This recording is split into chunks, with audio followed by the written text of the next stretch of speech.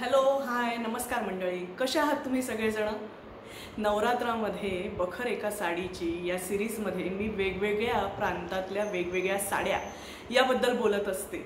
आणि आज माझी माय मराठी म्हणजेच माझ्या महाराष्ट्राची आन बान शान असलेली साडी, नऊवारी साडी याच्याबद्दल आपण बोलणार आहोत. महाराष्ट्रीय पेहराव असं म्हटलं तर सगळ्यात समोर पहिल्यांदा काय येतं ते म्हणजे नऊवार साडी, कोल्हापुरी साज, नाकात नथ, कपाळाला चंद्रकोर, कानात कुड्या आणि हातात तोडे.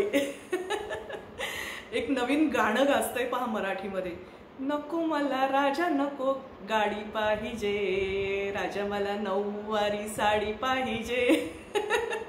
तर ही नऊवारी साडी ही जी आहे ही महाराष्ट्राच्या इतिहासामध्ये अढळ स्थान अशी ठेवून आहे.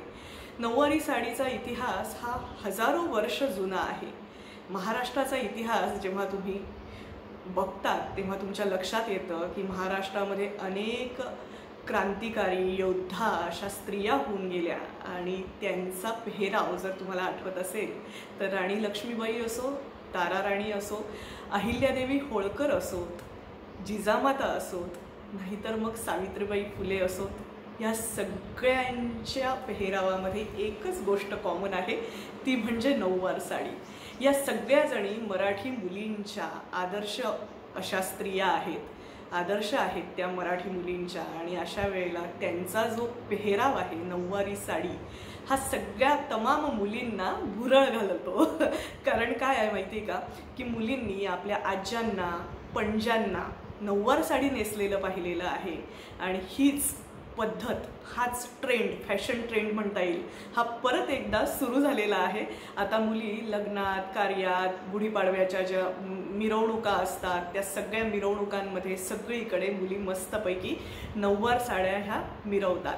नऊवार या शब्दामध्येच आहे नऊ वार म्हणजे 9 गज, म्हणजेच सकच्छ असं लुगडं, पातळ असं त्याला म्हणता येईल.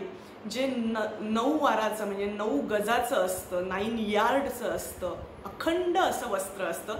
त्याला कुठल्याही वस्त्राच्या जोडीची काही गरज नसते, ते पूर्णपणे पूर्ण वस्त्र असतं.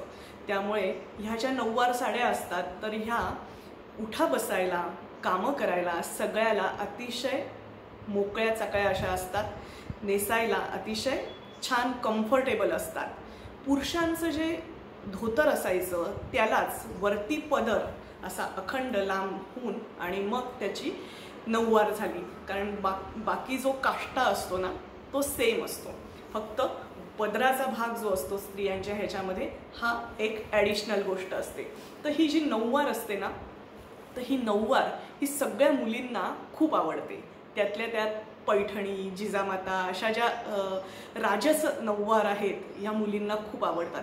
तर ह्याच्यामध्ये पूर्वीच्या काळी ज्या नऊवार तयार व्हायच्या, ज्या विणल्या जायच्या तर त्या ह्या बऱ्यापैकी कापसामध्येच असायच्या, म्हणजे सुती असायच्या. पण त्यानंतर पूजा, लग्न, कार्य, समारंभ, सणासुदीला ज्या नऊवार लागायच्या त्या मात्र प्युअर सिल्कमध्ये म्हणजे रेशीम अशा जरतारी नऊवार असायच्या. तर ह्या सगळ्या ज्या स्त्रिया आहेत, ह्या ज्या सगळ्या आदर्श आहेत, अहिल्यादेवी होळकरांचं नाव जेव्हा समोर येतं तुम्हाला पांढऱ्या शुभ्र वस्त्रांमधल्या अहिल्यादेवी होळकर दिसतात. झाशीची राणी ही तुम्हाला नऊवारमध्ये दिसते, कारण लढाईसाठी, घोडेस्वारीसाठी नऊवार ही अतिशय कम्फर्टेबल होती, वावरायला खूप सोपी होती. ती नेसून आणि घोड्यावरती चढता यायचं, युद्ध करता यायचं, कुठलाही अडसर त्याच्यामध्ये नसायचा. आणि एकदा पदर असा खोचला की बाई कामाला तयार. है की नाही? तर ही नऊवार जी असते ना ही अशी खूप मस्त असते, खूप कम्फर्टेबल असते, त्याबरोबर ती खूप ग्रेसफुल असते. जेव्हा आपण आपल्या आजीला किंवा आपल्या आईला सुद्धा इव्हन दो पणज्यांना ह्यांचे जेव्हा फोटो बघतो तेव्हा मस्त मोठी ठसठशीत अशी नथ, गळ्यामध्ये अशी बोरमाळ टाईपची एखादी माळ किंवा काय म्हणतात डोरलं वगैरे, आणि ती छान अशी टोपपदरी नऊवार, आणि मग अशा ठसक्यामध्ये ह्या मराठी बायका उभ्या राहायच्या की मग त्याचा ठसका काही विचारूच नका. अशा मस्त नऊवार नेसलेल्या बायका ज्या आहेत ना, ह्या खरंच खूपच कौतुकाचा विषय आहेत. आपल्या आजी, आया आणि आपल्या पणजा या सगळ्यांच्यामुळे आज आपण इथपर्यंत आलेलो आहोत. त्यांच्या कष्टांमुळे आज आपल्याला हे सगळ्यांना चांगले दिवस मिळत आहेत. त्यामुळे ह्या मातृशक्तीला वंदन. तर या सगळ्या स्त्रियांच्या ह्याच्यामध्ये फॅशन म्हणजे काय असायची, तर त्यातल्या त्यात नऊवारचा जो कलर असेल किंवा जर असेल किंवा साडीची पद्धत असेल ती फक्त थोडीफार बदल असायची, पण बाकी सगळ्यांचे एकच प्रकारचे वस्त्र असायचे. सगळीकडे एक ते युनिफॉर्म असे वस्त्र असायचे, ते म्हणजे नऊवार असायचे. सगळ्या जणी नऊवारमध्येच असायच्या. बालगंधर्व नऊवार म्हटलं की मला अजून हे एक नाव आठवतं की बालगंधर्वांच्या नऊवार ह्या फार फार प्रसिद्ध असायच्या. म्हणजे त्यांचे शालू, त्यांचे नऊवार पाहण्यासाठी बायका गर्दी करायच्या आणि मग दुकानामध्ये जाऊन विचारायच्या की बालगंधर्वांनी जी नेसलेली होती ती त्या प्रकारची नऊवार आहे का तुमच्याकडे. तर हा पण एक फॅशन ट्रेंड होता. तोच फॅशन ट्रेंड आता परत एकदा आलेला आहे. आता गेल्या काही दिवसांपासून जे पेशव्यांवरचा पिक्चर आला होता बाजीराव मस्तानी, त्याच्यामधलं काशीबाईचे नऊवार, मग ते वेल्वेट टाईपचे नऊवार आले. त्यानंतर बाहुबलीमधली देवसेना, तिचा पण ड्रेप जो आहे तो नऊवारचाच आहे, कारण ती सुद्धा युद्ध वगैरे कलांमध्ये पारंगत दाखवलेली आहे. आणि मग त्यामुळे घोड्यावर बसण्यासाठी, तलवारीने लढण्यासाठी, सगळ्यासाठी नऊवार म्हणजे कशी एकदा पदर खोचला की बाई लागली कामाला. तर अशी छान मस्त झुळझुळीत असणारी नऊवार ही सगळ्या स्त्रियांना खूप मनापासून आवडते. तर नऊवारचा जो इतिहास आहे हा खूप जुना आहे. या सगळ्या स्त्रियांमुळे, सावित्रीबाई फुलेंमुळे आज आपल्याला सगळ्यांना स्त्रियांना शिक्षणाचा एवढा हे मिळालेला आहे, हक्क मिळालेला आहे. तर त्यामुळे या सगळ्या स्त्रिया जेव्हा तुम्हाला आठवतात ना, तर त्या नऊवारमध्ये आठवतात. त्यांचा सगळ्यांचा पेहराव हा नऊवार आहे. आणि ह्या नऊवार ज्या असतात ह्या खूप ग्रेसफुल दिसतात, एकदम रॉयल दिसतात.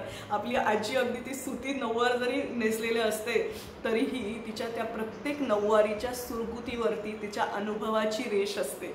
त्यामुळे त्या ज्या अनुभवांचं जे गाठोडं आजी घेऊन फिरते ना, त्याला खरंच जगात तोड नाही बरं का. तिच्या प्रत्येक सुरकुतीला खूप खूप किंमत आहे. त्यामुळे सगळ्या आज्यांचा, सगळ्या पणज्यांचा, आपण सगळ्यांनी आयांचा आदर केला पाहिजे. त्यांना मानाचं स्थान असलं पाहिजे, कारण त्यांच्या या अनुभवांमुळेच आपण जे काही शिकत असतो, जे काही आपण आत्तापर्यंत घडत असतो, तर त्या संस्कारांची शिदोरी त्यांच्यामुळेच आपल्याला मिळत असते. तर ही नऊवार जी प्रकार आहे ना, हा मला खूप आवडतो. तर महाराष्ट्राची शान, आन बान शान असलेली अशी ही नऊवार आज मी तुमच्यासमोर नेसलेली आहे. तर ही आर्ट सिल्क या प्रकारातली आहे. आणि बाय द वे सगळ्या नऊवार ज्या आहेत ना, तर ह्या हे करण्यासाठी म्हणजे नेसण्यासाठीचे यूट्यूबवरती बरेच ट्युटोरियल्स अवेलेबल आहेत. पण तुम्हाला घाईघाईमध्ये जर नऊवार नेसायची असेल आणि तुम्हाला ती जर नेसता येत नसेल, तर सगळ्यात बेस्ट ऑप्शन म्हणजे तुम्ही रेडीमेड नऊवार घ्या. म्हणजे नऊवार साडी घ्या आणि ती विणून, ती मस्तपैकी शिवून घ्या. ती पॅन्ट स्टाईल असते, त्यामुळे त्याचा पदर फक्त एक मोकळा सोडलेला असतो. बाकी सगळी पूर्ण नऊवार जी असते ती पॅन्ट स्टाईल. तुम्ही फक्त बंद बांधला की नऊवार रेडी, बाई पदर खोचून कामाला तयार. तर या नऊवार बरोबर हा एक बटवा मी हे करून घेतलेला आहे, शिवून घेतलेला आहे. तर तो त्याला मॅचिंग. आणि पूर्वीच्या काळातल्या बायका कशा अशा मस्त भजनाला वगैरे जायच्या, तर कशा मस्तपैकी आपलं बरोबर थोडंसं देवाला साबुदाणा वगैरे असं जे देवाच्या समोर धान्य ठेवायचं ते, हळदी कुंकाची कुईरी आणि त्याच्याबरोबर एक छोटासा रुमाल किंवा झांजा वगैरे असं मस्तपैकी बटव्यात घेऊन जायच्या. तर ती आठवण मला आली म्हणून मी हे बटवा शिवून घेतलेला आहे. तर ह्या ज्या नऊवारी असतात ह्या खूप सुंदर दिसतात. तर आता ज्या नऊवारी असतात ना, तर सगळ्यात महत्त्वाचं, नऊवारीमध्ये बरेच प्रकार असतात. त्यात कोळी स्टाईल असतात, आगरी स्टाईल असतात, काय म्हणतात त्याला, कोकणी स्टाईल असतात, त्यात ब्राह्मणी स्टाईल असतात, पेशवाई असतात, आता तर मस्तानी असते, देवसेना असते, असे असंख्य प्रकार आहेत. अखंड वस्त्राचे असंख्य प्रकार आहेत. हे सकच्छ असतं, म्हणजे याला दोन टांगी पूर्ण असं हे नेसलेलं असतं आणि त्याचा जो काष्टा असतो तो मागच्या बाजूला खोचलेला असतो. त्यामुळे ती पॅन्ट स्टाईल सगळी तयार होते आणि तुम्ही मूवमेंट करायला, तुमच्या पायांच्या मूवमेंट करायला सोप्या जातात. आजही खेडोपाडीच्या ज्या स्त्रिया आहेत त्या रोजच्या वापरामध्ये नऊवार नेसतात. शेतावरती काम करतात, कारण शेतावरती काम करायला जे हातापायांच्या मूवमेंट्स लागतात तर त्याला फ्रीडम एक लागतो. हातपाय हलवण्यासाठी, चालण्यासाठी, चिखलमातीतनं चालण्यासाठी सगळ्यात महत्त्वाचं म्हणजे काही अडकायला नको. तर तिथे 6 वार कामी येत नाहीत तर 9 वार कामी येतात शेतात काम करायला. त्यामुळे आजही शेतावरती ज्या काम करतात स्त्रिया तर त्या बऱ्यापैकी 9 वारीत काम करतात. मला त्या सगळ्यांचं पण स्त्रियांचं खूप कौतुक आहे बरं का, ज्या शेती करतात त्याचं. तर ह्या 9 वार ज्या आहेत ह्या मराठी मुलीच्या जीवनाचा अविभाज्य भाग असतात. नको मला राजा नको, गाडी नको, बंगला पाहिजे, राजा मला 9 वारी साडी पाहिजे. माझं गाणं चुकते, थांबा मी म्हणते परत.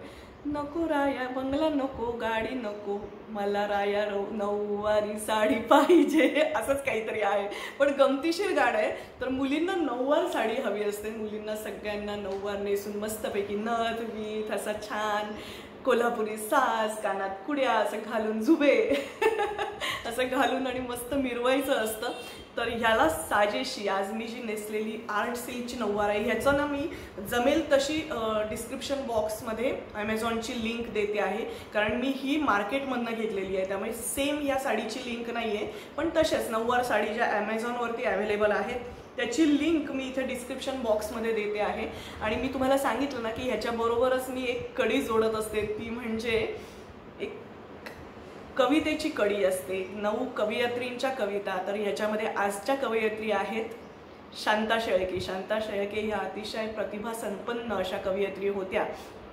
तर शांता शेळके ह्यांची ह्याच जोडीला साजेशी असणारी कविता आज मी म्हणते आहे.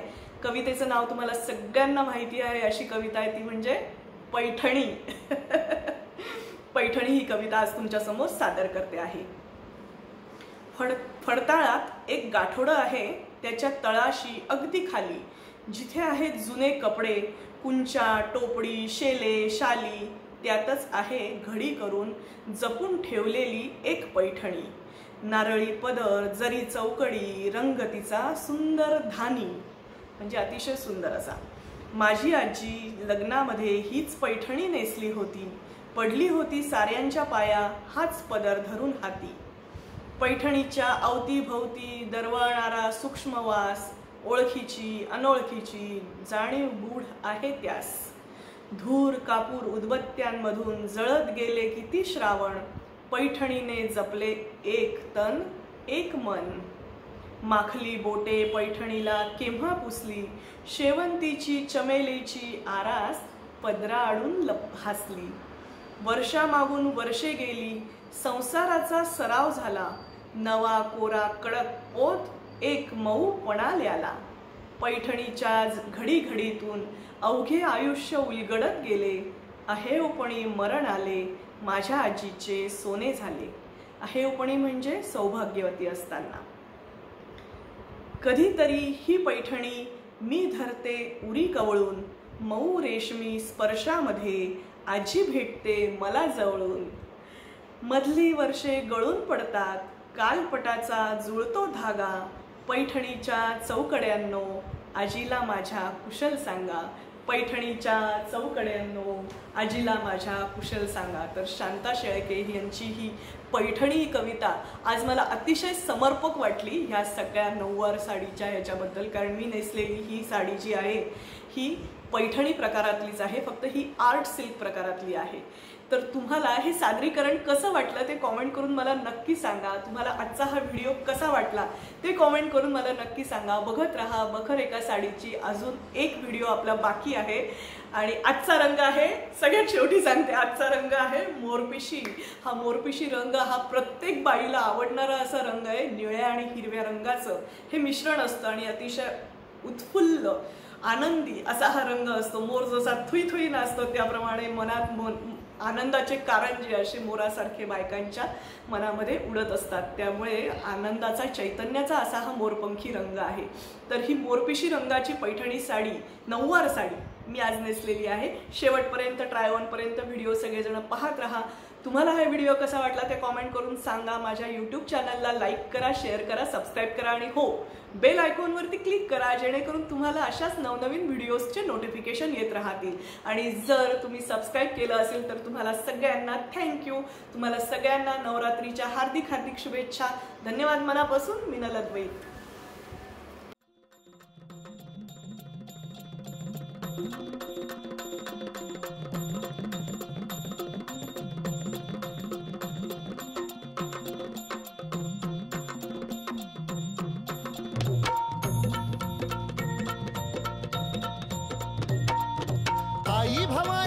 तुझ्या कृपेने तारसी भक्ताला, आई भवानी तुझ्या कृपेने तारसी भक्ताला. अगाध महिमा तुझी माऊली वारी संकटाला, अगाध महिमा तुझी माऊली वारी संकटाला. आई कृपा करी माझ्यावरी जागवी तो रात सारी, आई कृपा करी माझ्यावरी जागवी तो रात सारी. आज गोंधळाला ये, गोंधळ मांडला भवानी गोंधळाला ये, गोंधळ मांडला गंबे गोंधळाला ये. गोंधळ मांडला भवानी गोंधळाला ये, गोंधळ मांडला गंबे गोंधळाला ये.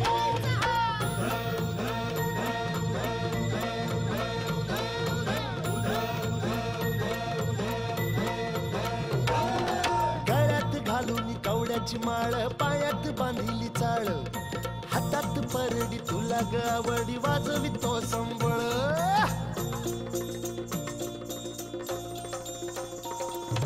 धगधग त्या ज्वालेतून आली तूच जगन्माता, भक्ती दाटून येते आई नाव तुझे घेता. आई कृपा करी माझ्यावरी जागवी तो रात सारी, आई कृपा करी माझ्यावरी जागवी तो रात सारी. आज गोंधळाला ये,